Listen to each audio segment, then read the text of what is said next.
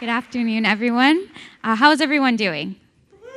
Well, thank you so much for staying to the end. I really appreciate it, and I am happy that you can all dive into this experience with me of talking about empathy and cultivating empathy online and how that plays into our sense of belonging on campus. So a little bit about myself. So my name is Erika Castanon. I am a graduate student in the Higher Education, Administration, and Leadership program here on campus. I also received my bachelor's degree here in Mass Communication and Journalism. So talking about things that have moved from being communication or technologies moving forward into the future, thinking about how we can be more empathetic online. So we talked a little bit about the principles of community. Thanks, Dr. Maloli, for introducing that. So I thought about how do we treat each other online? How are we kind on Facebook, Twitter, and Instagram? And that's really difficult, but I know that we can do that.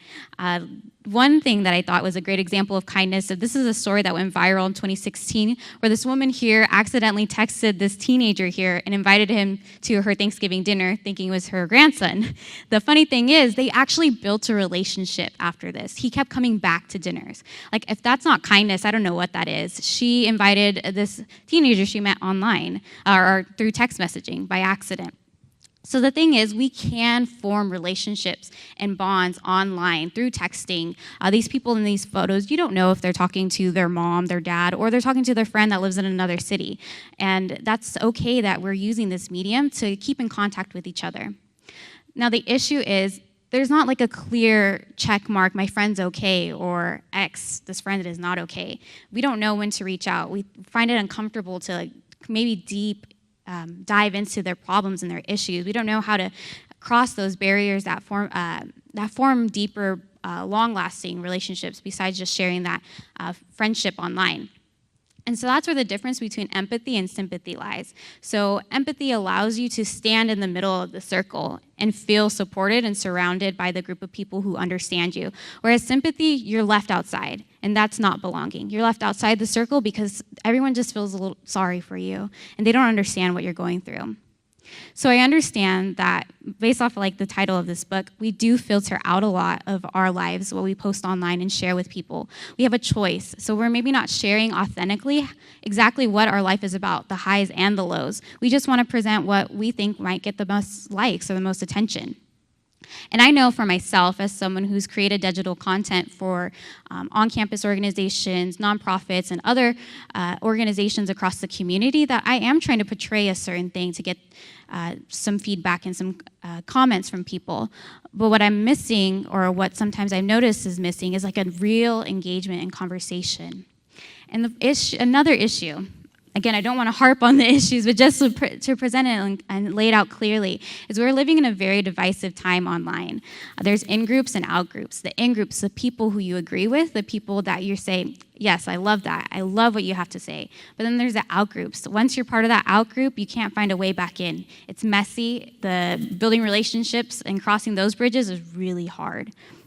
So how do we create authentic dialogue amongst the different groups that are here, faculty, staff, students? How do we make sure that we're not leaving people out of our conversations that are happening, the things that we're doing to build student success? So the big E, the big tips on creating empathy online is, first, we start the dialogue and the discussion, and it starts here today. We've talked about the different ways that we can contribute to being better communicators, being better collaborators, and now how do we make sure everyone's belonging, or ensure the belonging of our students and our campus community. So I like to think of it as, imagine being that person on stage and receiving the support, that arena and support system. Everyone's looking out at you, and right now I feel like I belong because of you in the audience. You're showing me support. Another thing that's great about online communities is the creators that are online, whether that's creators in software and digital technology, or people who are musicians and artists, or even transformation groups, people who are competing in online challenges to better transform their lives, and they're creating actual empathetic relationships online. We also cannot be afraid to say this, to say that we like you too. It's powerful. There's something that shows people that you matter. So if we just take that step over, and besides liking it, tweeting it and actually share what we think, that's going to mean a lot to the student or the staff member or faculty member on the other side of that conversation. So empathy just happens to be one of my top 5 strengths, and I find it interesting that empathy is a big conversation, as William introduced that earlier when he spoke about collaborating. But the thing is, there's some cracks in our foundation, and that's not because of online technology. That's because of what's happening in real life, everyday situations. And so it starts with you having these conversations in real life and showing the person that you truly do care and saying that I can stand in this with you. And so because we're here and because we've also introduced these ideas of being kind and fostering a sense of belonging, you belong here too. It's not just about my belonging, it's about all of our belonging collectively.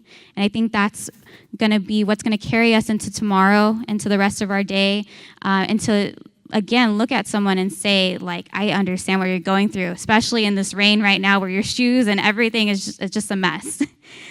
So something very powerful that was shared with me is just a quick example of how I know somebody was there for me in a time that I was really scared.